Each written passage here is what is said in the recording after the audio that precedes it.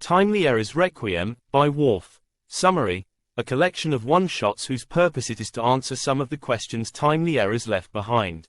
Does it serve that purpose? Can we ever truly know anything about the complications time leaves behind? That question I will leave for my readers to decide. Chapter 1. Injury.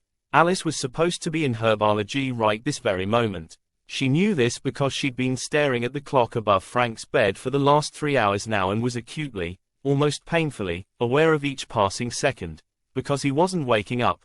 In herbology she'd have been trimming her stupid tickling trellis while listening to Professor Pod natter on about fertilizer. What good was all of that, anyway? She'd taken the class because it was a requirement for pursuing a career in healing, and she'd been so positive that was the job for her. She'd imagined this stupid Florence Nightingale image, cooling sweating brows, easing pain and secretly laughing as silly little magical mistakes wandered into her, oh so loving, care. What an idiot. She'd never spent much time in the curse of having a healthy immune system and attentive parents. But she was realizing now how much she hated it. The sterile light, the crisp impersonal attention, the constant beeping of monitoring spells, the sounds of so much living and dying filling the air, it was enough to give her a headache.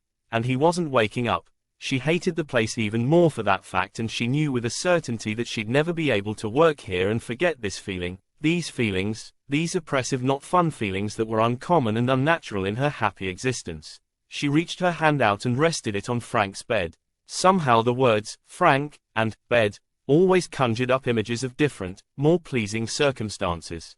But even those fantasies seemed pathetic and so unrealistic. She couldn't even think up a joke to say when he woke up, something suggestive and playful that would make him blush and her heart beat rapidly. But everything she thought of just sounded desperate and sentimental. Her ability to tease him seemed to have suffered a permanent break. If only she hadn't been so useless when they'd been cornered by those Death Eaters. She'd frozen, her cool head seemed to leave her, and it had been Frank and his sudden action and logical choices that had saved her. She had always known he was good in defense against the dark arts, but the way he'd acted, the way he knew how to protect the things he loved. She shook her head. If only she could have protected him the way he had protected her. She wasn't a damsel in distress. She was an independent woman with more than enough spirit to match wands with any stupid Death Eaters. She felt like something was starting to boil inside her, and she almost wished she was back in Hogsmeade. She was no weakling. She knew some nasty, vindictive spells. She'd like to see how some of those Death Eaters might take the bikini wax charm her mother had taught her. She slumped down in her chair. That was pathetic. True, it hurt like ripping the hair from a tender area, but was that really the best she could do? She'd never learned magic with the aim of hurting people. She felt a little ill that she was relishing such a focus. But something about it was primal and undeniable. They had hurt someone precious to her. She in turn had to hurt them back, hurt them worse, even. Was there anything more basic or right? His skin still seemed unnaturally pale, even though the healers said he was fine and only needed rest to mend from the curse that had sent his system into shock. Merlin, she hated seeing him like this, all weak and unresponsive. Of course, she wouldn't give up this chance for anything. No matter how terrible he looked and how terrible she felt, it was better to be here than trapped in herbology. It had been James Potter who had pointed her to the escape that allowed her current location. Hogwarts student flus only allowed communication, not travel, and as commiserating as all her professors were about Frank, they weren't about to let one of their teenage charges roam free at St. Mungo's. And her parents had told her she was being melodramatic, pointedly refused to allow permission for her to leave school. But James conveniently mentioned to her that Professor Pod's office was rarely locked. He even gave her the password just in case. How he knew it was beyond her knowledge or caring. And he hadn't even done it when Lily was around, or asked Alice to impart his act of consideration. It was, strangely, nice. Alice didn't think James was quite the prat that Lily did, but she'd never thought of him as a very nice person. Attractive, amazing Quidditch player thighs. Smart, but only in a flashy sort of way. And he was obsessed, or to put it more nicely, dedicated, to Lily. But James had always been sort of a prick. After what happened in Hogsmeade, he'd seemed a little subdued and had even been observant enough to notice her concern about Frank, and devise a clever way to relieve that stress. It had been surprisingly nice.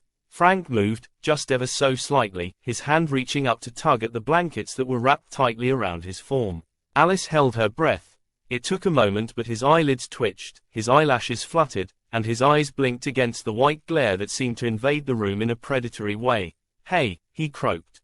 He looked around his surroundings wearily. Alice didn't know what she should say. "Hey, thanks for everything. It seemed too weak. I love you." The atmosphere didn't call for it, no matter how true it might be. Frank blinked up at her, his eyes crinkling.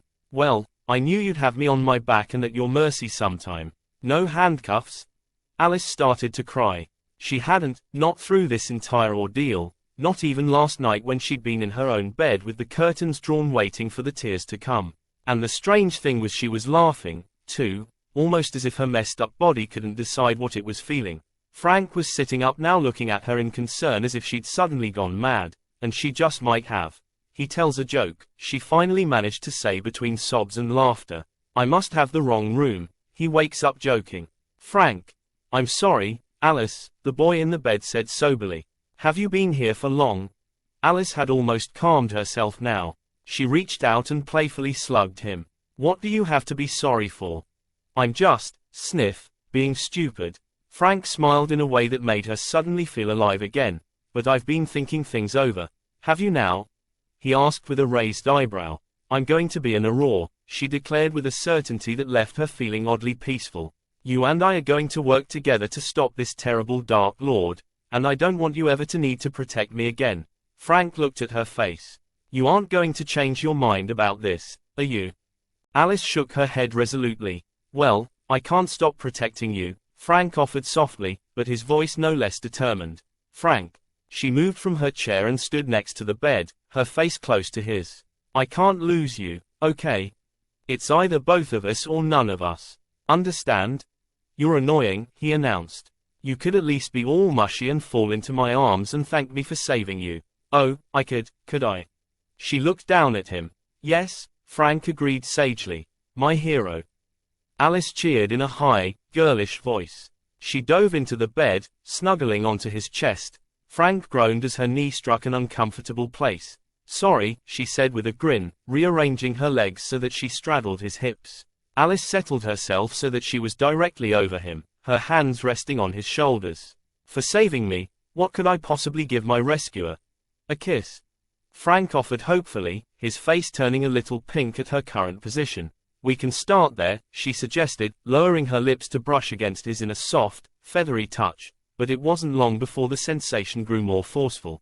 Frank's hand buried itself in her hair, pressing her closer, the strength of the kiss growing as their feelings of mutual relief and love took hold. "Frank!"